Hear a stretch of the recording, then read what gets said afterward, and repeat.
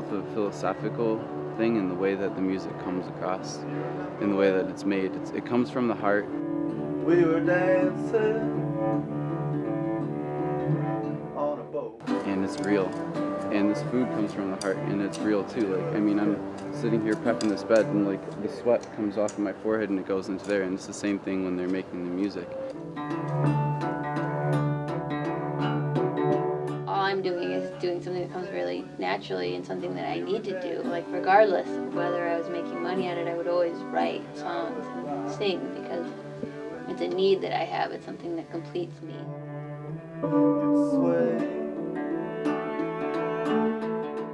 We need food to survive, and our lives are filled with stories. Each of us, our lives are a story.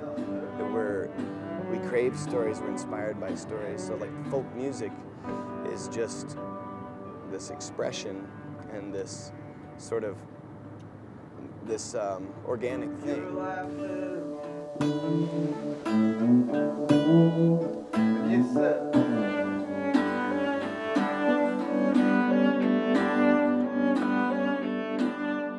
People want real stuff, whether it's music or whether it's food. They want real food, real music.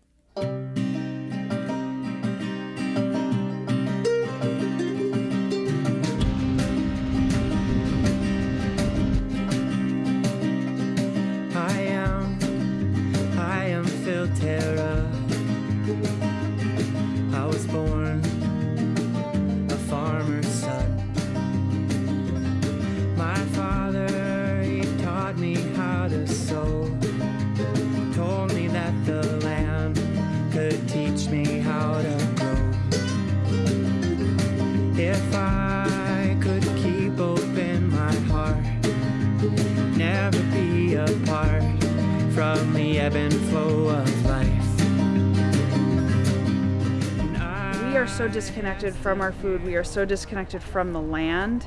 And the more we get disconnected, the more we just get dispersed as, community-wise. So anything that connects you back and literally grounds you, and like literally your hands in the soil grounding you, makes you stop and appreciate sense of place and where you are and your home. Learn to treat the land like you treat your own two hands, honor its strength, cherish the gifts it holds.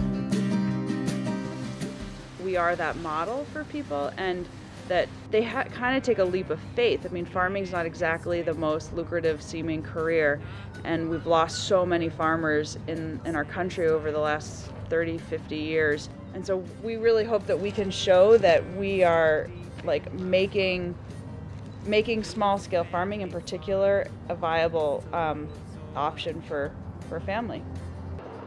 I definitely think that I could have a career in organic agriculture. Hopefully as soon as I graduate, which will be in December. I think a lot of people are looking to get back into farming, or especially people who didn't necessarily grow up on a family farm, for a lot of reasons. Most of them are really drawn to environmental reasons and wanting to take care of our land. It's the most important thing you can do, I think, is making sure that your kids are fed. And that's what I'm doing, generations in the future too. These crops are for our CSA program, which is community supported agriculture. Mom and Pop still live somewhere around you. They've been shoved underground, but they're bound to push back through. When the people say CSA, they're talking about making culture, community-supported agriculture. The Earthwork Collective is all over Michigan, and there's CSAs all over Michigan. And Seth grew up on a farm, and he's really passionate about CSA. So the CSA is just this great model where you just go and directly connect with your local farmer and support them, and you get this great food. And it's very tangible and real, and it helps the farm have seed money, literally. We do year-round farming here, and meaning we have a CSA that runs for 48 out of 52 weeks a year. We have members paying us year-round. Basically what that amounts to is that we're producing well over $20,000 an acre out here, which is a really viable way for a family to live. And so what we're trying to do with music is a similar thing, and just make it about community. because that's what it is. It's music inherently is about community. It builds community.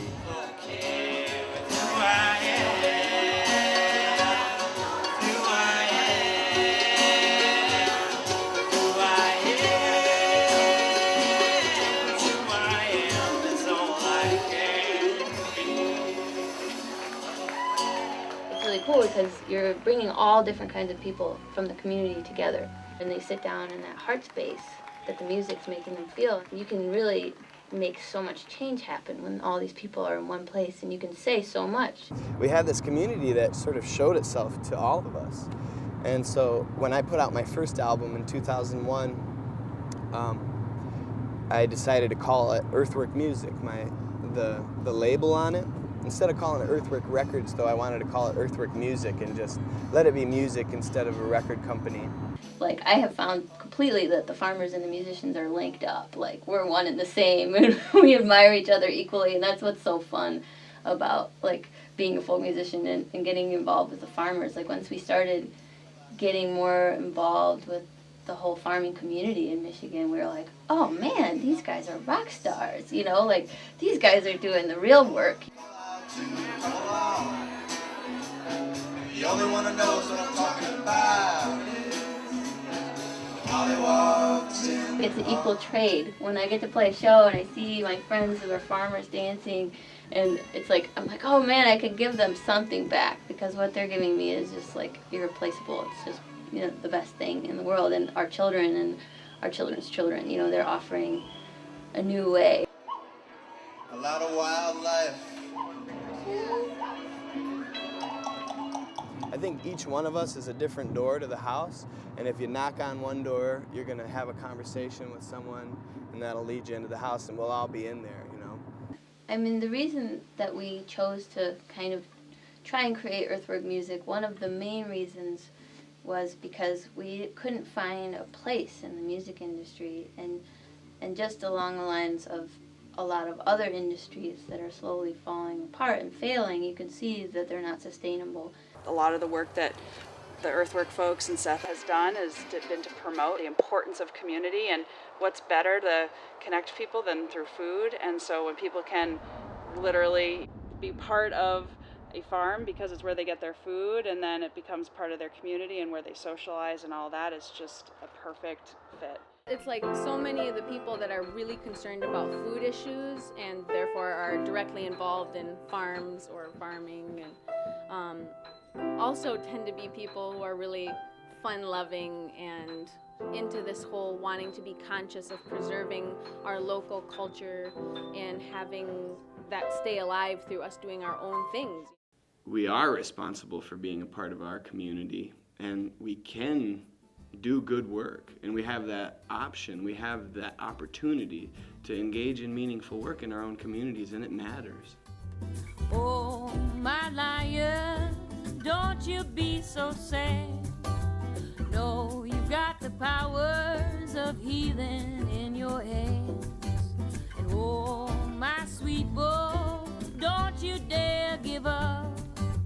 Know that you are more than good enough the way you are. I feel that with all the economic struggle that's going on in Michigan, and the youth that's coming up out of that, trying to figure out what they're going to do and how they can fit into this community, like so many young people want to leave Michigan, you know, because they're like, what can I do? There's no jobs, there's nowhere to be. But this is happening everywhere, and we're working off of a really old model. The fact that our economy is doing poorly right now is kind of a blessing in disguise for small-scale farmers and just this local food system. Don't you get so low. Build a home within you. Take it with you when you go wherever you go.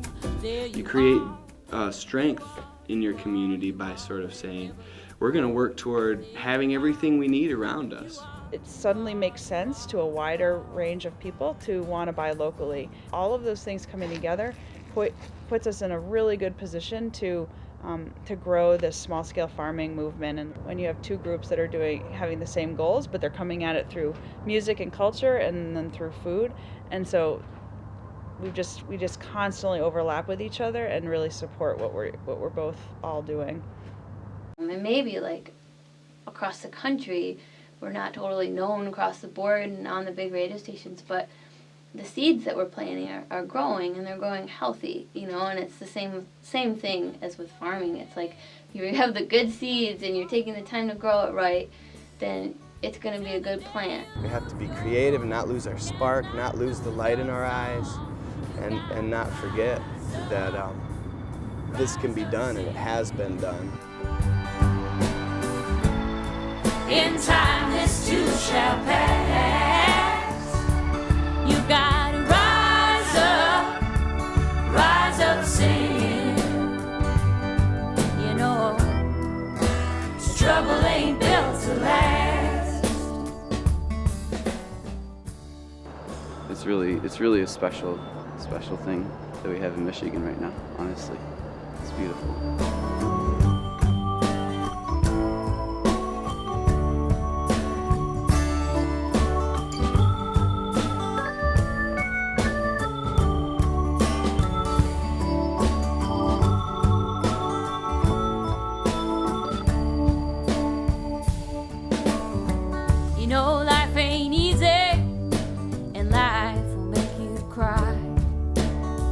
So long as you're breathing, you know that you